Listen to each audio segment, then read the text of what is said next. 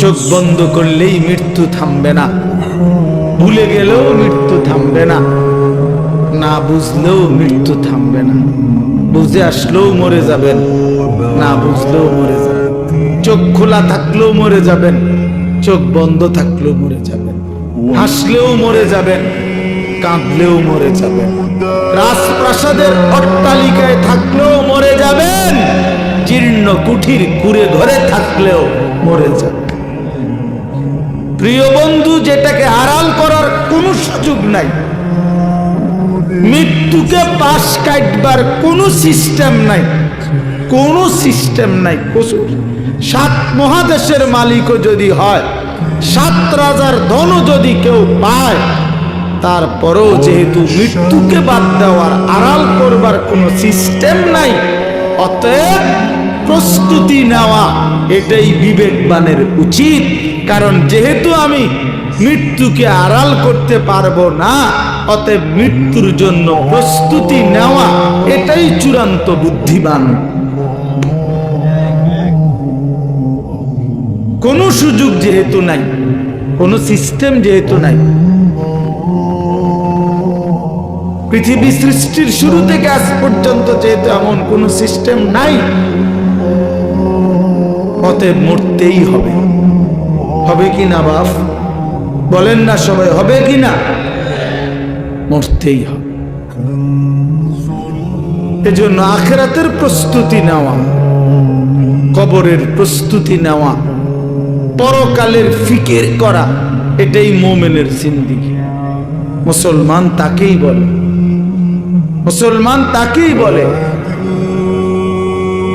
হ্যাঁ, অসংখ্য ছেলে পেলে, বললাম না আজকে বাবা, তোমরা অগণিত ছেলে, তোমরা মনে করছো তোমরা অনেক সুখে আছো, কারণ মা বাবা পারিবারিক বন্ধন থেকে তোমরা মুক্ত। অর্থাৎ তোমাদের বাবা আর তোমাদেরকে ফেরাইবার জন্য সাহস করে না, তোমাদের মার তোমাদেরকে দিনদার বানাবার ফিকির ছেড়ে দিছে, মহল্লার বাসী ছেড়ে দিছে, তোমাদেরকে ছেড়ে দিছে। বাপ, তোমরা এখন বন্ধুদের আড্ডায় ঘন্টার পর ঘন্টা, বাকি টাইম একাকী যখন হও, সারা রাত মোবাইল। তার মানে তোমার কোনো মা নাই, বাবা নাই, অভিভাবক নাই, কেউ তোমারে রাগ দিবে, ডাক দিবে, কেউ তোমারে ফিরাবে। আপন ঘরে ঘুমায়, মা বাপ জীবিত, কিন্তু একটা দিন চোখের পানিও পড়ে না, বলেও না আমার 365 দিনে আমার 16 বছরের ছেলেটা একদিনও ফজরের নামাজ পড়ে না। এত বড় জানোয়ার মুসলমানের ঘরে কেমনে ঘুমায় বেটা? এত বড় জানোয়ার কেমনে ঘুমায় মুসলমানের ঘরে? তার বাপ কোথায়, তার মা কোথায়? আহা, তার পরিবার এভাবে ভুলে গেল কেমনে? কিরে বাপ,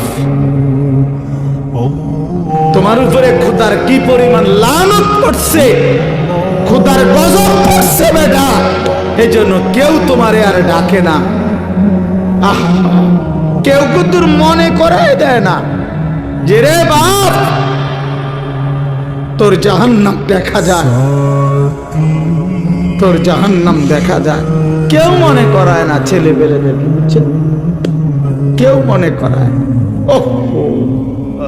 সবাই তামসা দেখতেছে, চোখের সামনে আমাদের ছেলেরা নষ্ট হয়ে যাইতেছে, বখাটে হয়ে যাইতেছে, মসজিদে নামাজ চলতেছে, এক ওয়াক্ত নামাজ পড়ে না, কারো কোনো ফিকির নেই। তার বাবা কই, মা কই, দাদা কই, দাদি কই, তার নানা কই, নানি কই, চাচা কই, মামা কই, ফুফা কই, খালু কই, তার বড় ভাই কই, তার বড় বোন কই, কেউ কিচ্ছু বলে না। হেইতে হেইতের মতো হাসে, লাফায়, চুল রাখে তার ইচ্ছা মতো, প্যান্ট পরে তার ইচ্ছা মতো, দুপুরের খানা বিকালে খায়, বিকালের খানা রাইতে খায়, সারা রাত, রাতের 3টা বাজে দেখবেন মোবাইলে ছবি দেখতেছে, ভোরবেলা 9টা বাজে গেছে, ঘুম থেকে উঠতেছে না। এটা মুসলমানের জিন্দিগি? এটা মুমিনের জীবন, এটা বাবা মার সংসার, এটাই সার্থকতা জীবনের।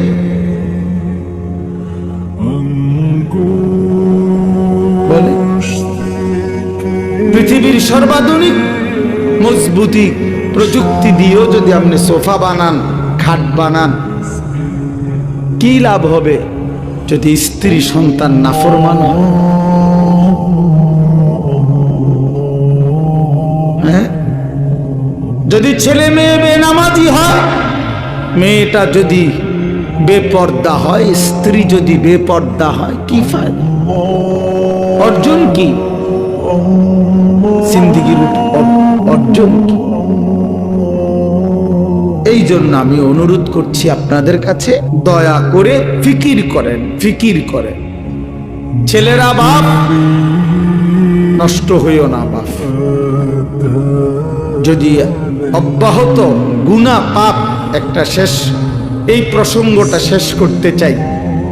একটা চূড়ান্ত কথা আপনারা বাবাদেরকেও বলি, একটা গুরুত্বপূর্ণ কথা মনে রাখবেন। কোরআন শরীফে আছে, কেউ যদি গুনাহ লাগাতার করতে থাকে, খোদার কসম আল্লাহ একদিন নারাজ হয়, আর সেদিন আল্লাহ পাক ইচ্ছা করে তাকে আল্লাহ তাআলা পথভ্রষ্ট করে দেয়। আর কোনোদিন আল্লাহ ইচ্ছা করেই তারে আর হেদায়েত দেয় না, আলোর পথে ফিরতে দেয় না, কল্যাণের পথে আসতে দেয় না, জান্নাতের পথে আর আসতেই দেয় না। খোদার কসম, এটা কোরআন শরীফের আয়াত। আল্লাহ বলছে, একদিন আমি সত্যি সত্যি রাগ করলে ফাআনসাহুম আনফুসাহুম, আমি আল্লাহ নিজেই তোর আখিরাত ভুলায় দেব। যা, ঠিক আছে বান্দা, গরু ছাগল কুকুর বিড়ালের মতো খা, ঘুমা, পেশাব পায়খানা কর, যৌন চাহিদা মনে পূরণ কর, ঠিক আছে বান্দা, খালাস। নুওয়াল্লিহি মা তাওয়াল্লা ওয়া নুসলিহি জাহান্নাম। যা বান্দা, তোরে উল্টো পথে চলছিস, চলতে থাকো উল্টো, আমিও তোরে উল্টো পথে চালায় দিলাম। তো মনে রাখো, একদিন অনুসলিহি জাহান্নাম, উল্টো পথে চলতে চলতে একদিন তোমারে আমি আল্লাহ ধাক্কা দিয়া, লাথি দিয়া ফেরেশতাকে বলে জাহান্নামে ফেলে দাও, জাহান্নামে ফেলে দাও। হ্যাঁ, কোরআন শরীফে আছে, আল্লাহ বলবে হাসরের ময়দানে ফেরেশতাদেরকে, ফেরেশতারা আমার নাফরমান বান্দাদেরকে খুযুহু ফাগুল্লু, ওদেরকে ধর, এই ফেরেশতা ধরো, আর ফাগুল্লুহু, বেঈমান বান্দাগুলো, নাফরমান গুলারে বাঁধো, টাইট করে বাঁধো। বাঁধার পরে বলবে সুম্মাল জাহিমা সাল্লু, এবার জাহান্নামের মধ্যে ছুঁড়ে মারো। একটা একটা লাথি দিবা, এক এক লাথিতে যেন গিয়ে জাহান্নামে পড়ে, ত্রাম করে মারো না, দেখ লাথি দাও। তুমি দেখো কোরআন শরীফ, কোরআন শরীফে সূরা আল হাক্কা, এই সূরার মধ্যে